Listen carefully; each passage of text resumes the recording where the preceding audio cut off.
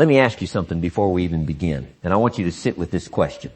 Don't rush past it. What if the life you're living right now, the bank account you're staring at, the body you're walking around in, the relationships you're settling for, what if all of that is simply the sum total of a few small habits you picked up years ago and never bothered to question?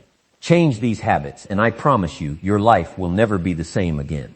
Not a little different, not slightly improved, never the same. That's not a slogan, that's a law. As fixed and as unshakable as the law of gravity or the law of the harvest. And today, for the next hour, we are going to walk through exactly which habits are quietly running your life and exactly what you must do starting today to change the direction of the next 6 months, the next 6 years, and quite possibly the rest of your life. Here's the first thing I want you to understand, and it's something most people never grasp until it's far too late.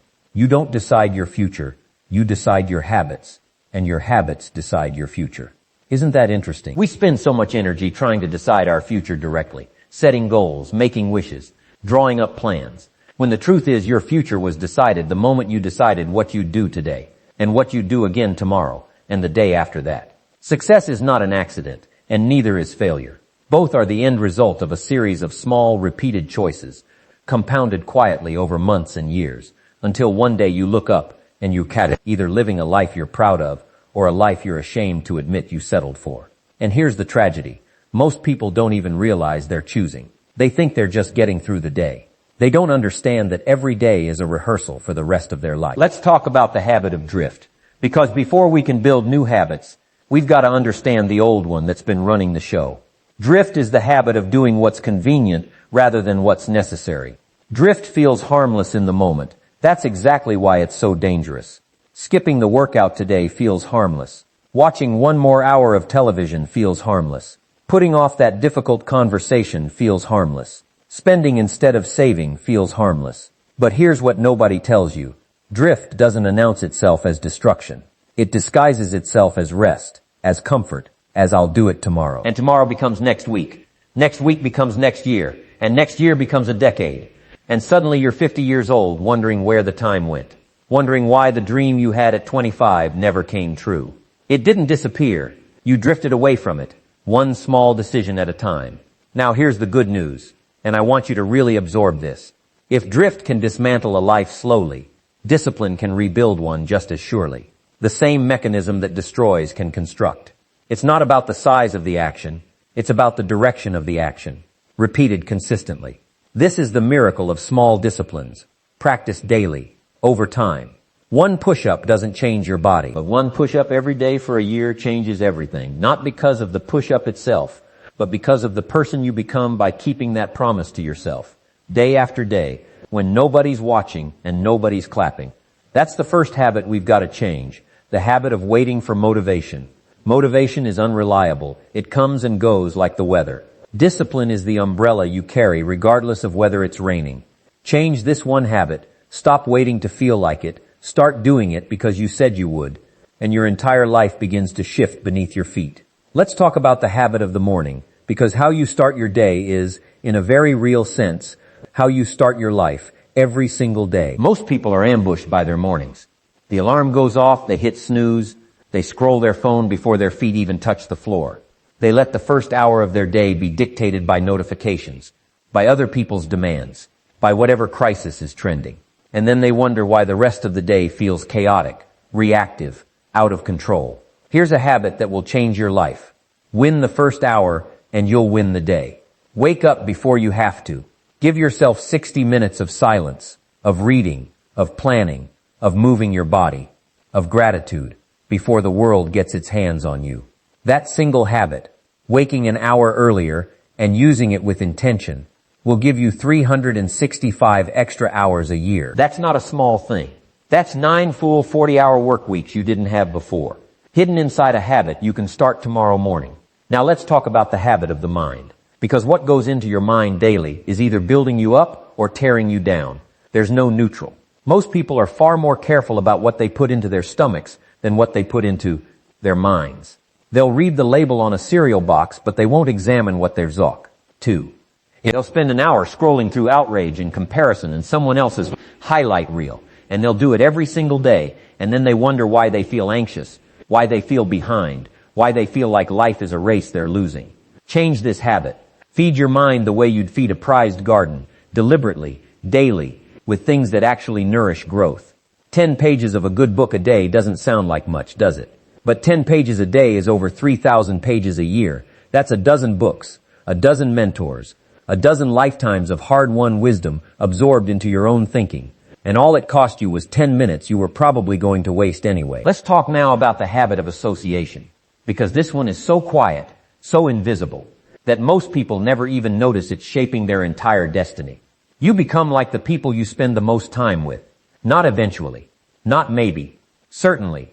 Their habits become your habits. Their standards become your ceiling. Their excuses become your excuses. If the 5 people closest to you are complacent, you will find it very hard to be ambitious. If the 5 people closest to you have given up on their dreams, you will find yourself quietly, slowly, giving up on yours too, without even noticing the moment it happened. So here's the habit to change. Stop being careless about who gets access to your time, your energy, your ear. This doesn't mean cutting people off with cruelty. Some people simply need to be loved from a distance for a season. But you must, over these next months, deliberately increase your exposure to people who challenge you, who are further down the road than you, who refuse to let you shrink, and deliberately decrease your exposure to those who only know how to complain, to criticize, to pull you back down into comfort. Now let's discuss the habit of blame, because this might be the single most expensive habit a human being can carry. Blame feels good in the moment. It takes the weight off your shoulders and puts it onto the economy, onto your parents, onto your boss, onto bad luck, onto the government, onto anyone but you. But here's the cost of that temporary relief. Every time you assign blame outward, you also hand away your power. If it's their fault, then only they can fix it, and you're stuck waiting for someone else to change so your life can improve. Change this habit and something remarkable happens. The moment you stop asking whose fault is this and start asking what can I do about this, you get your power back. Not because the circumstances change, but because your relationship to the circumstances changes. Responsibility isn't a burden, it's a doorway. Walk through it. Let's talk about the habit of saving versus the habit of spending, because your bank account is nothing more than a mirror reflecting your daily financial habits back at you. Most people believe their money problems are an income problem. Give me more money and I'll finally get ahead, they say. But I've watched people earn extraordinary incomes and still live paycheck to paycheck. And I've watched people earn modest incomes and build real wealth. And the difference was never the size of the paycheck. It was the habit surrounding it. Here's a habit that will change your financial future. Pay yourself first. Before the bills, before the impulse purchases, before the things that whisper, you deserve this. Set aside a portion, even a small one, and let it grow untouched. It won't feel like much at first, but this is the discipline of the seed. You don't judge a seed by what it looks like the day you plant it. You judge it by what it becomes after a season of patient, consistent tending. Let's talk now about the habit of complaining about your job instead of working on yourself. Here's something I've said for years, and I say it again because it needs to be said in every generation. Work harder on yourself than you do on your job. Your job will make you a living, but you, the person you become in the process, will make you a fortune or a failure, depending on which one you invest in. Most people clock into their job every day and clock out of their own development. They'll spend 8 hours perfecting a skill for someone else's, the skill percentage company, and 0 hours perfecting the skills that would let them build something of their own. Change this habit. Every single day, invest something, even 15 minutes, into your own growth, your own skill, your own knowledge, completely separate from what your employer requires of you. That 15 minutes, compounded over 6 months, becomes the foundation of an entirely different life. Now, let's talk about the habit of setting goals that don't scare you. Most people set goals the size of their current comfort, which means even hitting the goal changes nothing, because you haven't had to become anyone new to reach it. A goal should stretch you, should make you a little nervous when you say it out loud. If your goals don't scare you even slightly, I'd argue they're not big enough to be worth chasing. But here's the habit that actually matters. It's not the size of the goal. It's the size of the daily action tied to it. A massive goal with no daily discipline behind it is just a wish, dressed up in ambitious language. Change the habit of dreaming big and acting small. Break the frightening goal down into a small, boring, repeatable daily action and then do that boring action every single day without fail, and watch the frightening goal quietly become your new reality. Let's talk about the habit of instant gratification, because this might be the defining struggle of our entire era. We live in a world engineered to give you everything faster, easier now, and that convenience has trained an entire generation to abandon anything that doesn't produce an immediate reward. The workout that doesn't show results in 3 days gets abandoned. The business that doesn't turn a profit in the first month gets abandoned. The relationship that requires patience during a hard season gets abandoned. But nothing worth having was ever built on the timeline of instant gratification. The farmer doesn't plant in the morning and harvest in the afternoon. There is a season for planting, a season of patient cultivation, where nothing visible seems to be happening, and only then a season of harvest. Change this habit. Learn to fall in love with the invisible middle, the unglamorous, unphotographed, unapplauded middle, where the real transformation is actually happening, long before anyone else can see it. Let's talk about the habit of your physical body, because how you treat your body daily is a direct rehearsal of how disciplined you are in every other area of life. I've never met someone who mastered their finances, their relationships, and their purpose while completely neglecting their health. The body is the vehicle, and it's very hard to arrive anywhere significant driving a vehicle you've refused to maintain. Change the small daily habits, the food you reach for without thinking, the movement you skip because you're tired, the sleep you sacrifice for one more hour of scrolling. None of these single choices will kill you today. That's exactly the danger. It's not the one skipped workout. It's the identity of being someone who skips workouts, repeated for years, that quietly steals decades off the back end of your life, and steals energy off the front end of every single day you're alive right now. Now here's a habit most people have never even considered changing. The habit of not keeping a record of their own life. You keep records of your expenses, maybe. You keep records of your appointments. But do you keep a record of your own growth, your own thinking, your own progress? I've kept a journal for years, and I'll tell you, the slightest adjustment in your daily routine, written down and reviewed, becomes the map that shows you exactly where you're actually headed, not where you assume you're headed. Change this habit. Become a serious student of your own life. Write down what you're learning. Write down what worked. Write down what didn't. 6 months from now, that journal will be more valuable to you than almost anything else you could have spent that time on, because it will show you, in your own handwriting, exactly how far you've come and exactly what got you there. Let's talk about the habit of overestimating the short term and underestimating the long term, because this is where almost everyone's transformation dies before it even begins. People try a new habit for 4 days, don't see dramatic results, and conclude it doesn't work. But here's the truth about compounding. Whether it's compounding interest in your bank account or compounding improvement in your character, it is boring, invisible, and unimpressive in the early stages, and then suddenly, dramatically, undeniably visible in the later stages. If you improve just 1% a day, that sounds insignificant, doesn't it? But 1% a day, compounded, doesn't add up. It multiplies. 6 months of 1% daily improvement doesn't leave you 6 months better. It leaves you an entirely different person, almost unrecognizable from the one who started. Change the habit of quitting in the boring middle. The boring middle is not a sign of failure. It's a sign you're exactly where transformation always happens. Let's talk about the habit of avoiding hard conversations, because this habit quietly poisons relationships, careers, and self-respect all at once. Most people would rather live with a slow, chronic discomfort than face one sharp, honest conversation. They'll tolerate a toxic friendship rather than address it. They'll stay silent about being underpaid rather than negotiate.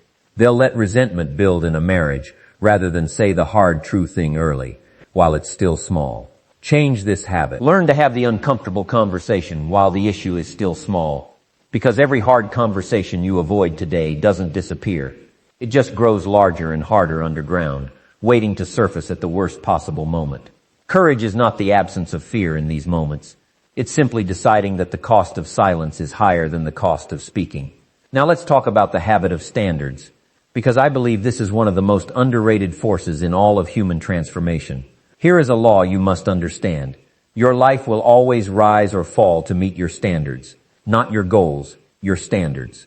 A goal is something you're reaching toward. A standard is something you refuse to go below. Most people have low standards disguised as high goals. They want a great marriage, but their standard for how they treat their spouse daily is mediocre.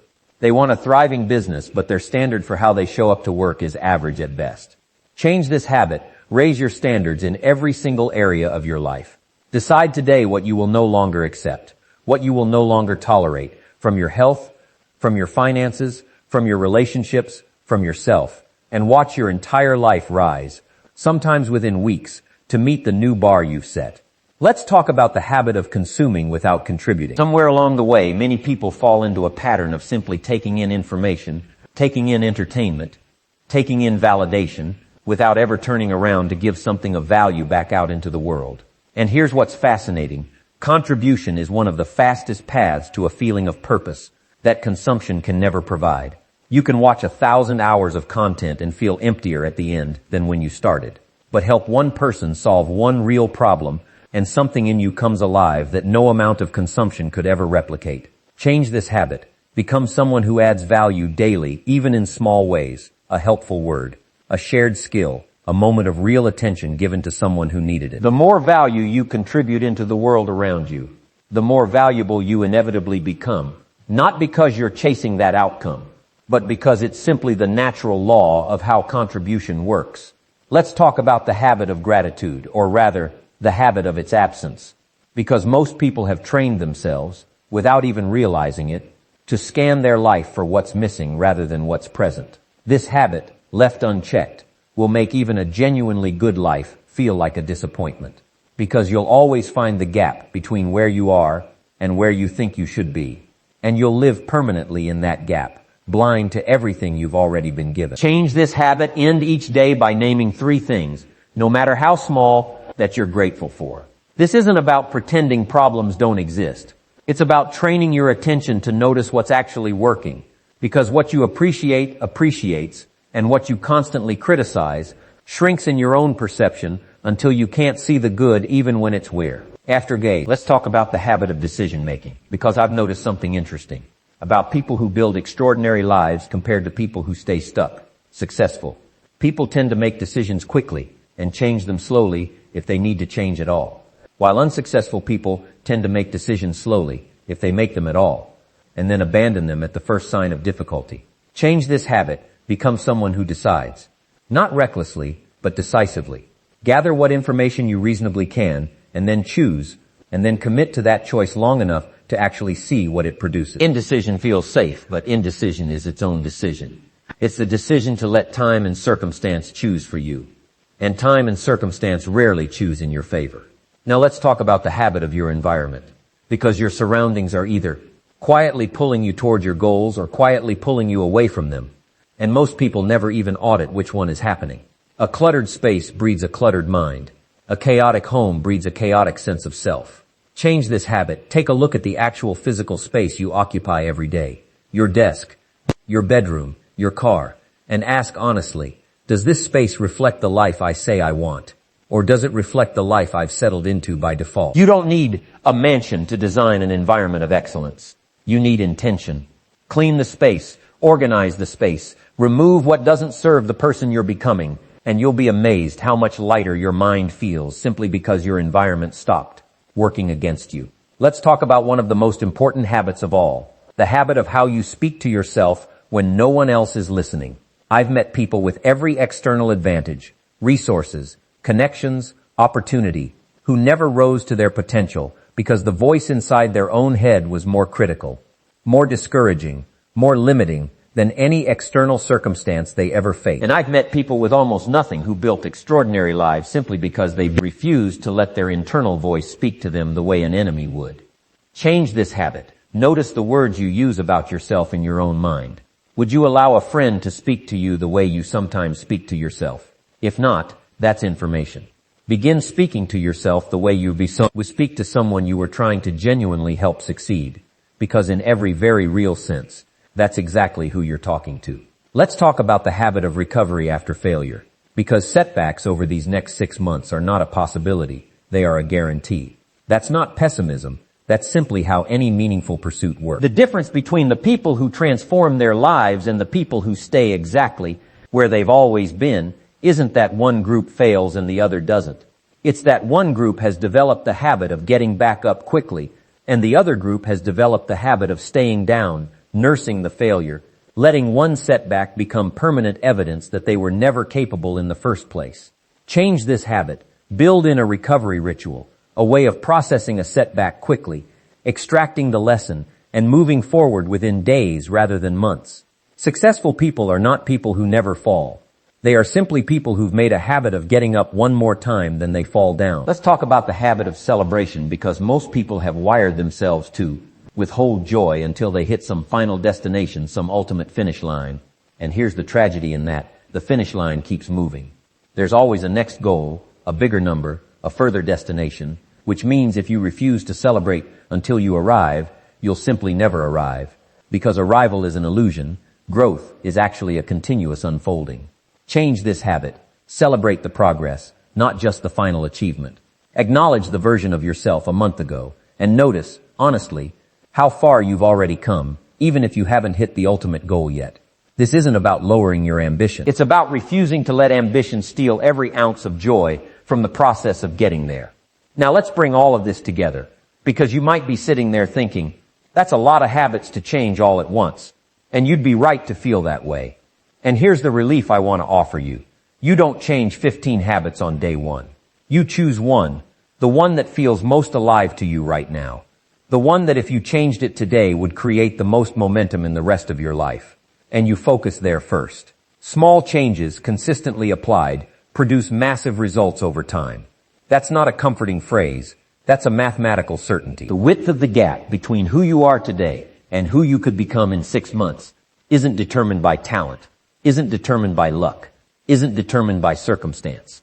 It's determined entirely by which habits you decide, starting tonight, to keep, and which habits you finally decide to release. Here's what I want you to understand as we come to the end of this hour together. Nothing I've said today is complicated. None of it requires special talent, special resources, special permission from anyone. Wake up earlier. Read a little every day. Choose your circle with intention. Save before you spend. Speak to yourself with respect. Raise your standards. Keep a record of your growth. Have the hard conversation. Recover quickly. Celebrate the progress. None of it is complicated. And that's exactly why most people never do it. Because we've been trained to believe transformation requires something dramatic, some lightning bolt moment, when in reality, real transformation has always been built from small, unglamorous, repeated decisions that nobody's watching and nobody's applauding. So here is what I'm asking of you, right now, before you close this out and go back to your day. Pick one habit from everything you've just heard, the one that stung a little when I said it, the one you already knew deep down you needed to change. Don't wait for Monday. Don't wait for next month. Don't wait for the new year to give you permission to become who you already know you're free. The next 6 months are going to pass regardless of what you decide today. That part is not optional. What is optional is who you'll be when those 6 months arrive.